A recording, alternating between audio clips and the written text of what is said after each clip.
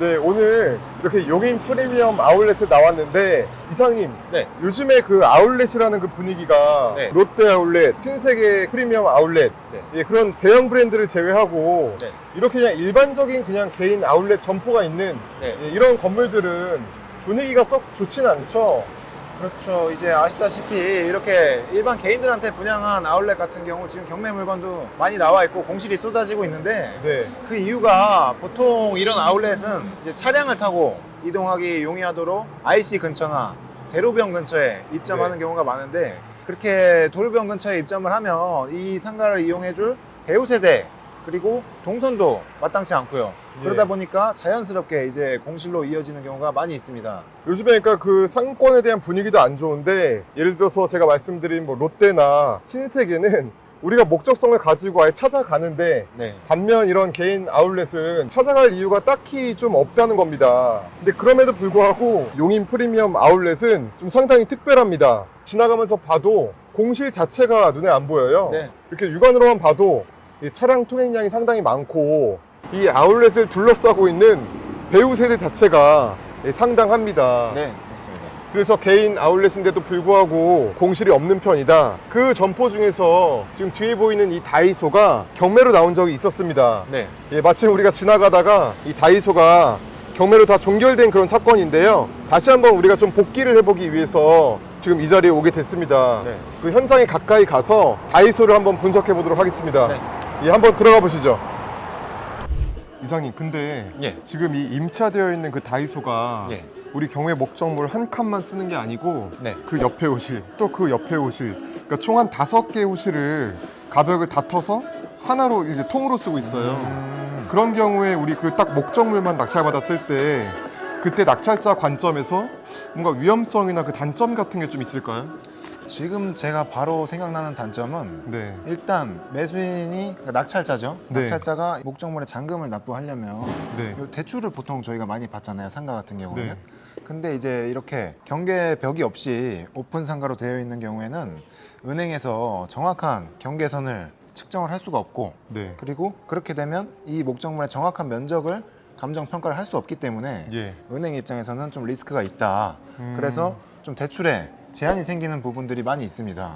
그리고 또 어떤 단점이 좀 있을까요? 아, 그러면 결국에는 이제 같은 원리인데 네. 내가 상가를 살 때 대출을 받을 수가 없잖아요. 네. 그러면 나만 그런 게 아니라 네. 내 상가를 사줄 다음 매수인 입장에서도 대출을 받기가 어렵다는 의미가 되는 거겠죠. 그렇죠. 그렇게 되면 아무래도 이 많은 사람들한테 내 상가를 홍보를 해서 매도를 해야 되는데 네. 아무래도 이 현금만 가지고 있는 사람들에게 매도를 해야 되다 보니까 수요가 좀 제한적이고 예. 그러다 보면 이제 가격이 조금 내려갈 수도 있고 매수인한테 수익률을 좀 더 맞춰줘야 될 수도 있고 하는 단점들이 좀 생길 수가 있습니다. 그러니까 내가 결국 현금이 많아서 매입은 잘 했지만 빠져나오려면 그냥 나 같은 사람이 또 필요한 건데 그렇죠. 그러니까 이상님 같은 능력자가 있어야 되는데 예, 이제 돈이 좀 부족한 일반인들은 늘 레버리지를 쓰는 사람들은 사고 싶어도 살 수 없다. 그렇죠. 이상님이 사시면 되겠네요.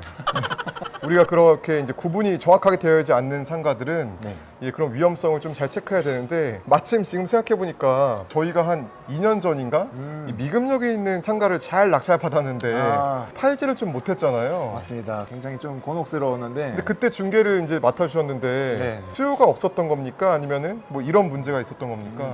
일단 수요는 굉장히 많았어요. 제가 이제 그 상가를 매수인들에게 정말 네. 20분이 넘을 정도로 오. 많은 분들에게 소개를 드렸는데 네. 조건이 굉장히 좋았잖아요. 저희가 뭐 6%가 넘어가는 수익률이었기 때문에 그렇죠. 대출 없이 6%가 넘어가는 맞습니다. 미금역 초역세권 상가였으니까요. 그렇죠. 그러니까 이제 누가 봐도 매력적이기 때문에 네. 관심이 많았고 연락을 많이 받았는데 그럼에도 불구하고 이제 계약이 잘 이루어지지 않았던 이유가 예.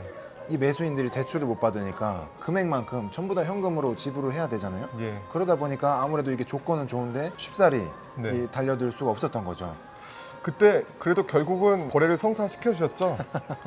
겨우 구했습니다. 네. 팔고 싶을 때 팔리지 않고 묶이니까 이 매도인 입장에서는 더 조급해지고 맞습니다. 아니 금액을 더 낮춰야 되나? 맞습니다. 자꾸 이런 좀 불안감이 생기거든요. 불안감이 쌓이는 그 순간 이상님께서 예, 결국 그 거래를 해주시긴 제가 해주셨습니다. 해결해드렸습니다. 네, 지금 이렇게 그 다이소에 도착했는데요.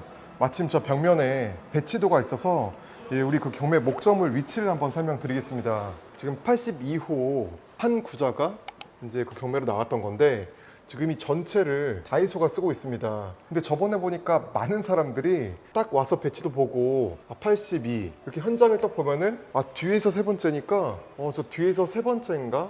이렇게 위치 자체를 착각하시는 분들이 계시더라고요. 근데 지금 이렇게 배치들을 보면은 지금 이 위치가 왼쪽인 거고 이걸 현장에 대입해 보면은 배치도를 뒤집어야 되겠죠? 건물 형태와 맞춰서 뒤집어야 됩니다.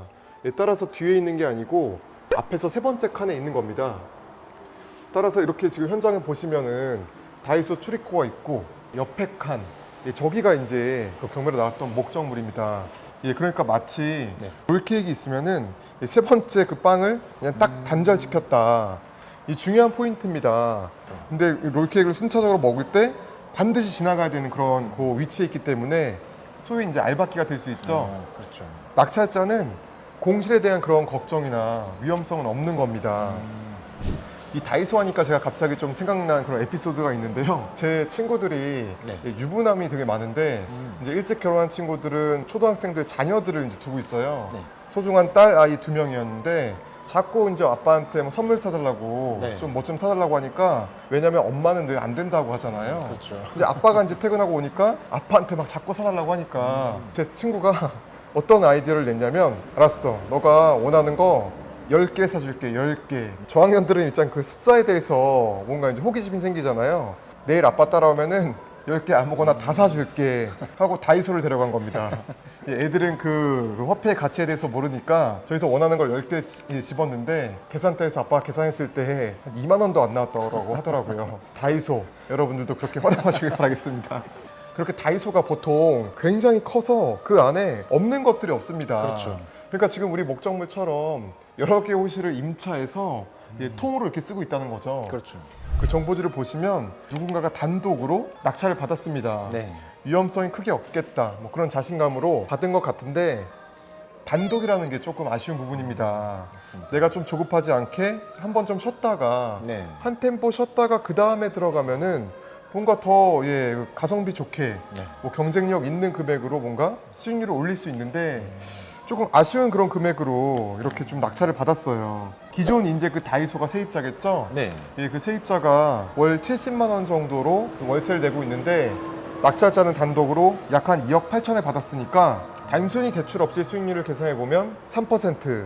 뭐 3%라는 그 수익률 때문에 뭐 대출이 일단 어렵기도 하지만 받아도 거의 좀 무의미한 거겠죠. 상가로서는 조금 뭐 그렇게 성공적인 투자라고 보기는 어려운데 지금 뭐 또 금리가 높으니까 그 아쉬운 결과라고도 볼 수 있지만 뭐 뚜렷한 별도의 또 목적이나 계획이 있었으면은 또 출구가 있으면 뭐 다행인 거고요. 원장님 근데 이거 아까 보니까 여기 청구 금액하고 낙찰 금액하고 좀 비슷한 것 같은데 요거 혹시 MPL일 수도 있지 않아요? 물론 그럴 수도 있죠. 근저당권을 할인해서 내가 일단 싸게 잘 매입하고 그 다음에 표면적으로 높은 금액으로 낙찰을 받았다면은 그분은 또 그 나름대로 성공적인 결과가 있을 수도 있는 겁니다. 근데 일단 등기에는 채권의 이전에 대한 내역이 없어서 아마 그냥 이상님이 추측하시는 대로 사후정산 계약으로 우리가 그냥 개인이니까 부동산을 유입하기 위한 NPL을 1차적으로 활용했다. 그렇게도 한번 상상을 해볼 수 있을 것 같습니다. 오늘 이렇게 가벽을 다 터서 일체형으로 쓰고 있는 그런 점포들에 대해서 한번 영상을 촬영해 봤는데요. 혹시 이 다이소 같은 사례가 또 어떤 그런 점포가 있을까요? 뭐 일반적으로 생각해보자면 PC방, 뭐 찜질방, 헬스장 이런 것들이 있겠죠. 따라서 우리가 그 목적물을 검토할 때 특히 그런 대형 점포라면은 아까 설명드린 그런 내용들을 여러분들도 염두를 하셨으면 좋겠습니다. 그리고 오히려 그런 단점들 때문에 뭔가 수요가 없을 것 같다. 그러니까 내가 채권자로서 경매가 나오는 그 목적물이 하필 이런 그 형태를 가지고 있으니까 낙찰의 결과에 그 영향을 미칠 것 같다. 그런 부분들을 또 두려워하고 걱정하는 그런 채권자들은 NPL을 더 쉽게 양도할 가능성이 있을 것 같습니다. 오히려 우리는 그런 단점을 장점으로 좀 활용해서 물건을 검토하는 그런 해안을 키우셔야 한다고 저는 한 번 더 강조를 드리고 싶습니다. 그럼 오늘 영상은 여기서 이렇게 좀 마무리를 하고요. 여러분들도 검토하시길 바라겠습니다. 수고하셨습니다.